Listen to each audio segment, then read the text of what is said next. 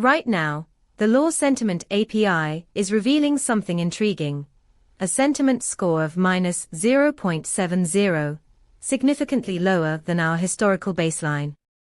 This indicates a notable downturn in sentiment, which isn't just a minor blip, it suggests an increased level of concern or negativity in legal discussions. Coupled with positive momentum at +0.38, it's clear there's a conflict brewing, possibly linked to recent developments or controversies.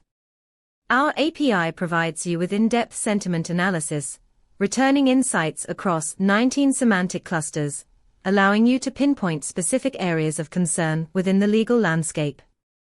Imagine using this data to anticipate shifts in legal consulting needs, or to inform your content strategy for legal publications. For detailed documentation and to integrate this powerful tool, visit pulsebit.lojenterprise.com/docs.